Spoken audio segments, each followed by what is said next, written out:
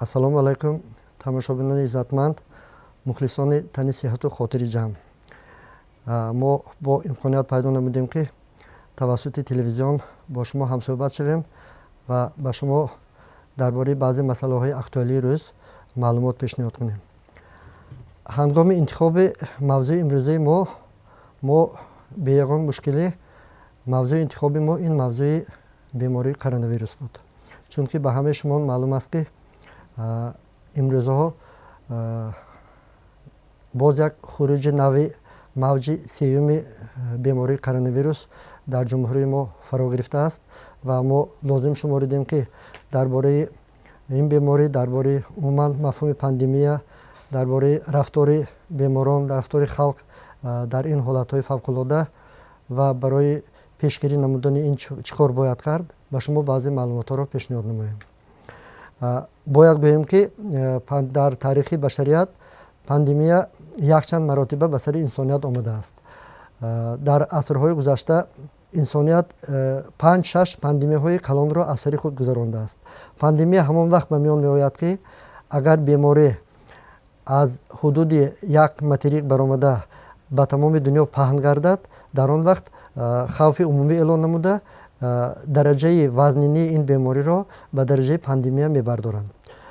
бояд гӯем ки пандемияҳое ки то пандемияи коронавирус ба миён омада буданд, нисбатан географияи хеле васеъ надоштанд. Чунки дар асрҳои гузашта, ҳатто дар асри 20 ҳам байни одамон робитаи бисёр набуд. алоқаҳо бо воситаи тайёраҳо, бо воситаи поезд, бо воситаи мошинҳо нисбатан бисёр кам буданд. аз ҳамин сабаб паҳншавии беморӣ нисбатан кам буд. лекин аз сабаби он ки тараққиёти тиббиёт, тараққиёти воситаҳои ахбори умум он қадар ба дараҷаи имрӯза набуданд, пешгирӣ ва муолиҷаи ин бемориҳо низ на он қадар баланд буд. аз ҳамин сабаб фавти хело бисёри одамон ҳангоми дучор шудан ба ин бемориҳо ба назар мерасид. агар мо пандемияи охирине ки башарият аз сари худ гузарондааст гуфта гузарем, ин пандемия солҳои 1918 то соли 1925-26 давом дода, асосан давлатҳои Европа, қисман давлатҳои Осиё ва як қисми Федератсияи Россияро дар бар гирифта буд. аз рӯи маълумотҳои расмие ки то ба ҳол омада расидаанд, аз ин пандемияи охирин бо номи испанка, як намуди бемории грипп штамми испанка, аз 55-60 то 120 миллион одам фавтида буданд, ки ин хело рақами калон мебошад. агар нисбати ҳамин рақамҳо параллел гузаронем бо коронавируси имрӯза, ба маълумотҳои охирине ки мо дорем, ҳоло дар тамоми дунё одамоне ки гирифтори ин беморӣ буданд тақрибан 187 миллион нафарро тартиб медиҳанд ва миқдори одамони фавтида 4,3 миллион нафарро ташкил медиҳад. нисбати шумораи умумии одамоне ки ҳоло дар кураи замин зиндагӣ мекунанд, ин фоизи хело калон нест. лекин агар мо онро ба инобат гирем ки паҳншавии ин беморӣ хело тез шуда истодааст, дар ҷаҳони имрӯза робита байни давлатҳо хело васеъ ба роҳ монда шудааст. одамон нисбати тайёраҳо, бо поездҳо, бо мошинҳои шахсӣ рафтуҳои бисёр доранд ва робитаи бисёр доранд. паҳншавии ин беморӣ низ хело васеъ шуда истодааст. аз ҳамин сабаб барои пешгирӣ намудани паҳншавии беморӣ аз тарафи бисёр давлатҳои дунё дар ҷаҳони имрӯза маҳдудиятҳои хело калон ба миён омаданд. яъне робитаи байни давлатҳо маҳдуд карда шудааст. иштироки оммавии одамон дар ин ва ё он маросимҳо хело маҳдуд карда шудааст ва ҳамаро вазифадор намуданд ки фосилаи ҷамъиятиро риоя кунанд. аз ҳамин сабаб бечуну чаро иҷро намудани ин талаботи органҳои лозимӣ аз тарафи тамоми мардумони кишвари мо, ин яке аз омилҳои хело муҳими пешгирӣ намудани паҳншавии бемории коронавирус мебошад. бояд гӯям ки вақтҳои охир робита бо федератсияи Россия ки бисёр ҳам шаҳрони мо дар он ҷо дар тиҷорат дар муҳоҷирати меҳнатӣ ҳастанд, рафту омад боз аз нав барқарор шудааст ва бисёр одамон аз Россия ба ватан баргашта истоданд. дар ҳамин ҷо мо бояд сахт аҳамият диҳем ки ҳангоми мавҷи якум ва дуюми коронавирус чунин одамонро ба карантин мегирифтанд ва онҳоро уҳдадор менамуданд ки дар муддати 15-20 рӯз худатонро маҳдуд кунанд, ба ҳеҷ ҷо набароянд ва бо дигарон робита накунанд, ки ин ҳам роҳи хеле хуби пешгирӣ намудани беморӣ буд.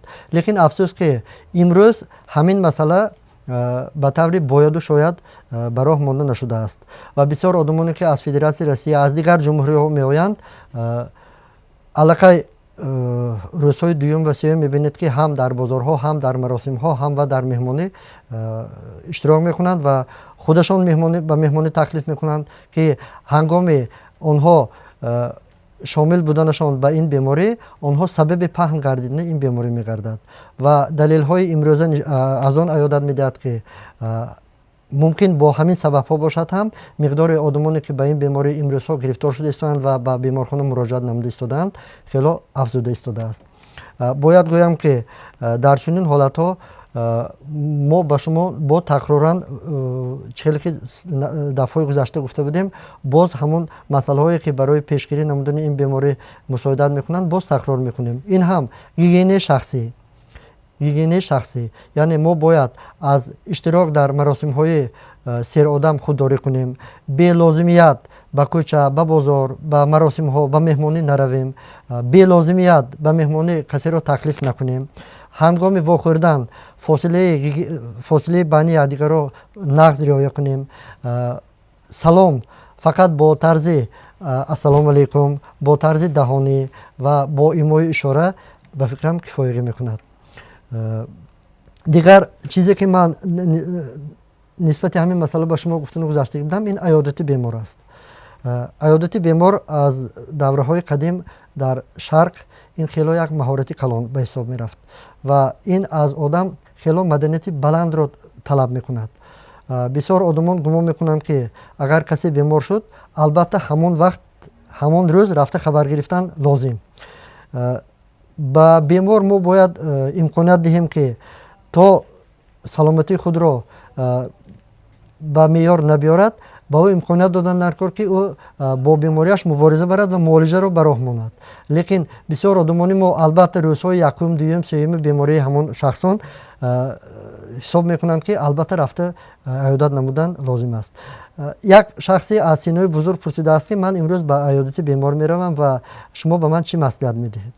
Синои бузург ба он кас гуфта будааст ки агар ту ба бемор саломатӣ хоҳӣ, зудтар аз назди бемор рав.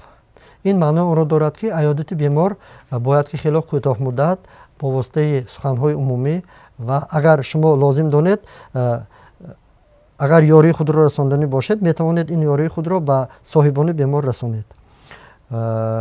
Дигар омиле ки имрӯз бисёр ташвишовар аст, он аст ки ҳангоми аёдати беморон мо дар беморхона мушоҳида мекунем ки бисёр одамон бо бачаҳои майда ба беморхона меоянд, ба аёдати бемор.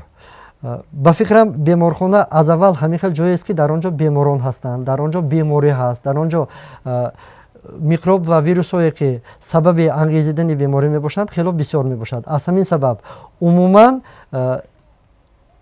бо бачаҳо ба аёдати бемор омадан на он қадар дуруст аст. Алалхусус имрӯзҳо ки ин бемории коронавирус хело хуруҷ гирифтааст, бо бачаҳон ба беморхона омадан ин на он қадар дуруст мебошад ва аз шумо мо илтимос мекунем ки ҳангоми аёдати бемор то метавонед бачаҳоро дар хона нигоҳ доред ва худатон ба аёдат биёед. дар бораи бачаҳо боз як чизро гуфтанӣ ҳастам ки имрӯзҳо штамми нави бемории коронавирус бо номи делта паҳн шуда истодааст. ин штамми коронавирус аз Ҳиндустон хуруҷ гирифтааст ва мушоҳидаҳо нишон медиҳад ки агар дар мавҷҳои якум ва дуюми бемории коронавирус асосан одамони калонсол ва миёнсол гирифтори ин беморӣ мешуданд, ҳангоми паҳн гардидани штамми делта бачаҳо ҳозир бисёр бемор шуда истоданд. аз ҳамин ва бачаҳо яке аз аломатҳои аввалини ин беморӣ дарунравии бачаҳо мебошад ва на ҳама вақт бачаҳо таб мебароранд.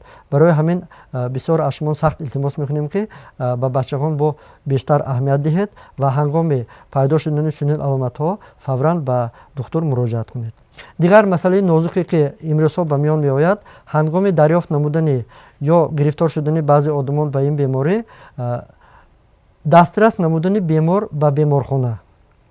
ҳангоми дастрас намудани бемор ба беморхона шарт нест ки беморро якчанд кас ҳамсафарӣ кунанд. як шахси масъул дар мошин бо бемор ба беморхона биёяд, ба фикрам кифоягӣ мекунад. дар ин вақт дар ҳолати гирифтор будани ин одам ба коронавирус, мо паҳн шудани ин бемориро нисбати дигар аъзоёни оила низ пешгирӣ карда метавонем. ба шумо ман бояд гӯям ки ҳангоми гирифтор шудан ба бемории коронавирус мо бояд ба таҳлуқа наафтем. мо бояд бо чашми ақлу аз нуқтаи назари ақл рафтор намуда аввал пеш аз ҳама ба духтур муроҷиат кунем ва аз маслиҳатҳои духтур истифода бурда муолиҷаро ба таври боёду шояд гузаронем. бояд ҳаминро гӯям ки сабаби сироятии бемории коронавирус ин вирус мебошад.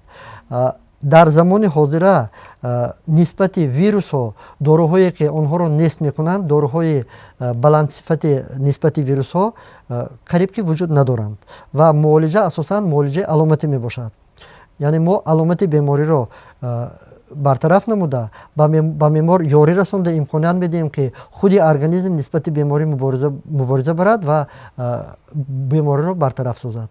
аз ҳамин сабаб ҳангоми гирифтор шудан ба ин беморӣ шарт нест ки мо аз донистаю надониста аз дорухонаҳо миқдори доруҳои лозимию нолозимиро дастрас намуда организми бемор ки аллакай ва гирифтори беморӣ буда худаш проблемаҳои бисёр дорад, мо бо истеъмоли доруҳои лозимию нолозимӣ боз кори организмро вазнинтар гардонем. аз ҳамин сабаб аз шумоён сахт илтимос мекунем ки фақат бо маслиҳати мутахассис ҳангоми лозим донистани духтур истеъмоли ин ва ё онро доруро агар духтур лозим шуморад, дар ҳамон вақт шумо метавонед доруро дастрас намоед ва бемор истеъмол кунад. бояд гӯям ки барои то омадани беморӣ мо ҳар як шахс бояд ки ҳамеша омодаи гирифтор шудан ба ин беморӣ бошад. яъне ин маънои онро надорад ки мо албатта гирифтори ин беморӣ мешавем ва ба ӯ тайёрӣ бинем. не, умуман одамизод бояд ки ҳамеша нисбати саломатии худ масъулиятнок буда барои дар дараҷаи муайян нигоҳ доштани саломатии худаш кӯшад.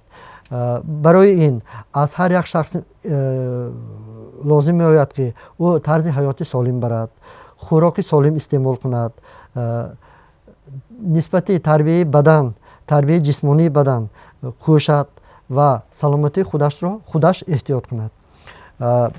аз ҳамин сабаб мо ба шумо тавсия медиҳем ки то илоҷи воқеа пеш аз вуқӯъ, яъне то гирифтор шудан ба беморӣ мо бояд ки аз паи саломатии худамон шавем. нисбати воситаҳои гиёҳдармоние ки дар ҳамин ҳолатҳо истифода бурданашон мумкин аст. ман ба шумо бояд гӯям ки дар ҳолати гирифтор шудан ба бемории коронавирус мо чӣ хеле ки дар боло гуфта гузаштам, мо ба таври аломатӣ ин барои муборизаи организм нисбати вирусҳо мо ёрӣ расонида метавонем. ба ин гурӯҳи доруҳое ки аз соҳаи гиёҳдармонӣ истифода бурда мешаванд, як гурӯҳ растаниҳои иммуномодуляторҳо мансуб мебошанд. ба ин гурӯҳ аз растаниҳое ки дар ҷойҳои мо вомехӯранд, ин решаи тиллоӣ ё ки бо номи илмии радиола розова мебошад, мо бояд нағз истифода барем. ба ғайр аз ин мо дар дорухонаҳо настойкаҳои ки дар асоси спирт тайёр карда шуданд, настойкаҳои элеутерокок, настойкаи заманиха, настойкаи радиола истифода барем, хело фоидабахш мебошад. бори дигар ман ба шумо гуфтаниам ки саломатии ҳар як шахс дар дасти худи ҳар як шахс мебошад ва мо бояд ки аввал аз пайи саломатии худамон шавем. Агар мо саломат набошем, пас ба ҷои ягон кас ба дигар наздикон, фарзандон ба ҷои ёрӣ расонидан, мо баръакс ба онҳо бо дигар масъалаҳои изофавӣ пайдо карданамон мумкин аст. Барои ҳамин агар хоҳем ки ба дигарон ёрӣ расонем, аввал аз пайи саломатии худамон мо бояд шавем. барои аҳамиятатон ташаккури бисёр. Ман ба шумо тани сиҳат ва хотири ҷамъ мехоҳам. То намоишҳои оянда. Саломат бошед.